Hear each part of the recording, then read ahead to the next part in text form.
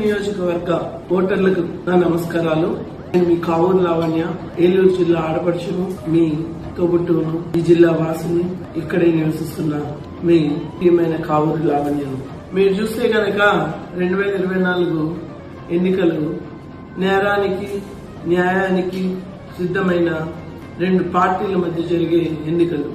ఎందుకంటే ఓ పక్క రాష్ట్రంలో ఏ ప్రభుత్వం వచ్చినా సెంట్రల్లో బీజేపీ మాత్రం ఈ ప్రభుత్వాన్ని కంట్రోల్ చేస్తుంది. అది టీడీపీ అయినా, జనసేన అయినా, వైసీపీ అయినా, లేదు రేపు రాష్ట్రంలో కాంగ్రెస్ వచ్చినా కూడా వీరందరినీ కంట్రోల్ చేసేది సెంట్రల్లో బీజేపీ. కాబట్టి మీరందరూ ఆలోచించండి. సెంటర్లో ఈ దేశానికి, ఈ రాష్ట్రానికి కేంద్రంలో ఉన్న బీజేపీ గవర్నమెంట్ ఎంత అన్యాయం చేసిందో మీరు ఆలోచించండి. ఈ రాష్ట్రానికి రాజధాని లేకుండా చేసింది, నిధులు ఇవ్వకుండా ఎంతో హింసించింది. ఇక్కడ ప్రజలు ఉద్యమాలు పట్టపడితే ఏది రాజధాని గురించి ఏనాడు ఒక్కరోజు కూడా మేము ప్రజల అభిష్టం మేరకు, ప్రజల కోరిక మేరకు రాజధాని నిర్మిస్తాము అని ముందుకు రాలేదు. 5 సంవత్సరాలు కాలయాపన చేసింది వైసీపీతో పొత్తు పెట్టుకొని. అదే బీజేపీ అంతకు ముందు టీడీపీతో 5 సంవత్సరాలు కాలయాపన చేసింది.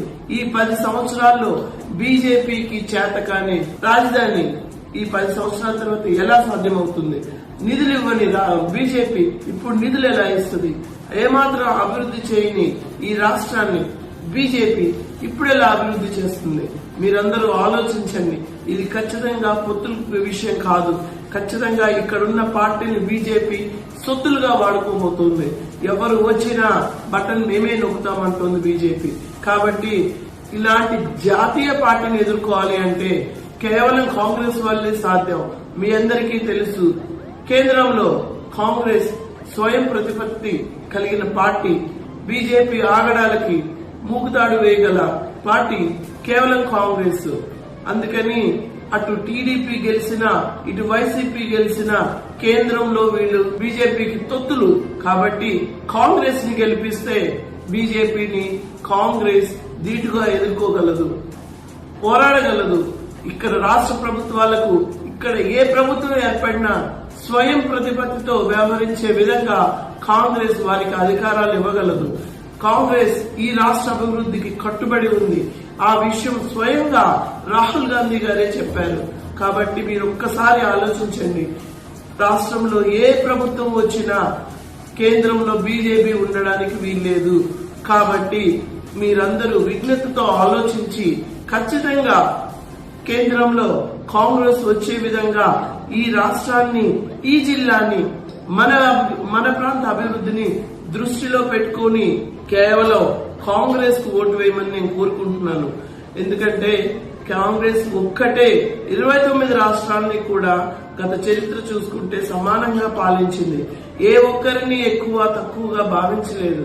కాంగ్రెస్ ఆనాడు చేసిన ప్రతి తీర్మానానికి బీజేపీ అడ్డుపడి అధికారం చేజిక్కించుకొని 10 సంవత్సరాలు మనల్ని పరిపాలించి మన రాష్ట్రానికి అతిగతి లేకుండా మనందరినీ రోడ్డు పాలు చేసింది.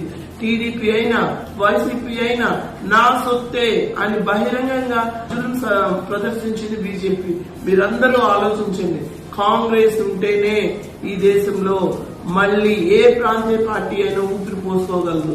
కాబట్టి మీరందరూ కేంద్రంలో బీజేపీని ఓడించడానికి కాంగ్రెస్ కి ఓటేయండి. మీరు ఏ పార్టీ అయినా మీరు కాంగ్రెస్ కి ఓటేయగలిగితేనే ఈ పార్టీలు, ప్రాంతీయ పార్టీలు, రాష్ట్రీయ పార్టీలు మనకు మనుగడ సాగించగలవు. ఒక్కసారి ఆలోచించండి. ఒక్క అవకాశం ఇవ్వండి. ధన్యవాదాలు.